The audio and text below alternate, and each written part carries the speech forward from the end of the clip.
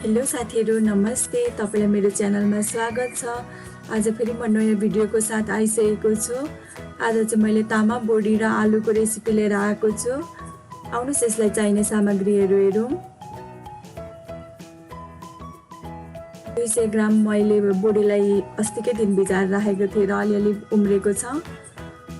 मैले अलिकति मेथीलाई, स्मल साइजको 2टा प्याजलाई काटेर लिएको छु। 2टा आलुलाई काटेर लिएको छु। 4टा हरियो खोर्सानी र एउटा सुकेको खोर्सानीलाई लिएको छु। नुन, सनफ्लावर तेल, तामा 100 ग्राम जति लिएको छु। जिरा धनिया पाउडर, बेसार, मैले अलिकति अदुवा लसुनलाई पिसेर लिएको छु। एउटा टमाटर। अब मैले चाहिँ यहाँ कुकर बसाइदिसकेको छु। कुकरमा मैले तेल पनि हालिदिँदैछु। तेल पनि तातिसकेको छ। यसमा म मेथी फुराउँदै छु। साथीहरु, भिडियोलाई लाइक, च्यानललाई सब्स्क्राइब र बेल आइकनलाई पनि दबाइदिनु होला ताकि मेरो भिडियोहरू हाल्दाखेरि तपाईहरुमा नोटिफिकेसन आओस्।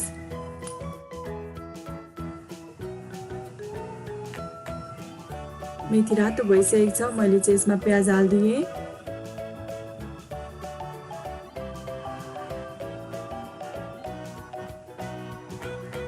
सँगसँगै म खोर्सानीलाई पनि हालिदिँदैछु। यसलाई म मजाले चलाउँछु।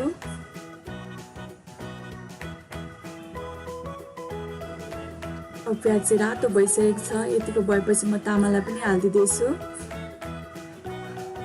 अब यसलाई म मजाले चलाइदिन्छु। हजुरहरूलाई चाहिँ कतिको अमिलो मनपर्छ? अमिलो मनपर्छ भने चाहिँ तपाईँले खर्याउनु पर्दैन। अमिलो मन पर्दैन, ठिक्कको मनपर्छ भने चाहिँ तामालाई अलिअलि रातो रातो हुन्जेलसम्म खर्याउन सक्नुहुन्छ।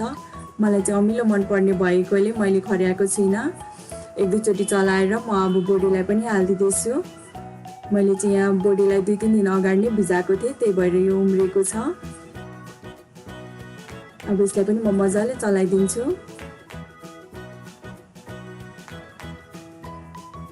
अब यतिको भएपछि म आलुलाई पनि हालिदिँदैछु। सँगसँगै म बेसारलाई पनि हालिदिन्छु। स्वादअनुसारको नुन। अब यसलाई म मजाले मिक्स गर्छु। केरागुडीहरूले चाहिँ युरिक एसिड बढाउने भएकोले यसलाई उमारेर खायो भने चाहिँ युरिक एसिड बढ्न दिँदैन। हेल्थलाई पनि एकदम राम्रो गर्छ। त्यही भएर तपाईहरुले पनि उमारेर खान सक्नुहुन्छ। अब मैले यहाँ अदुवा लसुनको पेस्टलाई र जिरा धनिया पाउडरलाई पनि हालिदिएको छु। यसलाई पनि म मजाले मिक्स गर्छु। मजाले चलाइदिनुहोस्, एकछिन खर्याउनुहोस्।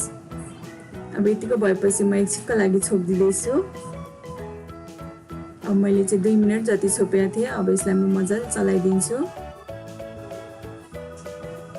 अब यतिको भएपछि म टमाटरलाई हालिदिँदैछु। हजुरहरूलाई चाहिँ अमिलो मन पर्दैन भने टमाटर नहाल्नु पनि सक्नुहुन्छ। अब यसलाई म केही बेरको लागि फेरि छोपिदिन्छु ताकि टमाटर मजाले पाकोस्। अब टमाटर पनि पाकिसकेको छ। यसलाई म किच्याइदिन्छु र मजाले मिक्स गर्छु। मजाले मिक्स गर्नुपर्छ, मजाले फ्राई गर्नुपर्छ। जति मजाले फ्राई गर्छौँ, जति मजाले मिक्स गर्छौँ त्यही अनुसारको स्वाद मिठो आउँछ। अब मेरो चाहिँ मजाले मिक्स पनि भइसकेको छ। अब यसमा चाहिँ म पानीलाई हालिदिँदैछु। हजुरहरूलाई कतिको रस मनपर्छ त्यही अनुसारको पानी हाल्नु सक्नुहुन्छ। मैले चाहिँ यहाँ 2 गिलास जति पानीलाई हालेको छु। मलाई चाहिँ रसै मनपर्ने भएकोले अब यसलाई म सिटी लगाइदिँदैछु। तामा बोडी अघि नै फ्राई गर्दै मजाले पाकिसकेको भएर 3 सिटी लगायो भने मजाले पाक्छ। धेरै सिटी पनि लगाउनु पर्दैन। मेरो 3 सिटी पनि कम्प्लिट भइसकेको छ। कुकरको ग्यास पनि फुस्किसकेको छ। हेर्नुहोस् त कति राम्रो भएको छ। अब यसलाई चाहिँ म सर्भ गर्दैछु। एकदम टेस्टिलो हुन्छ साथीहरु।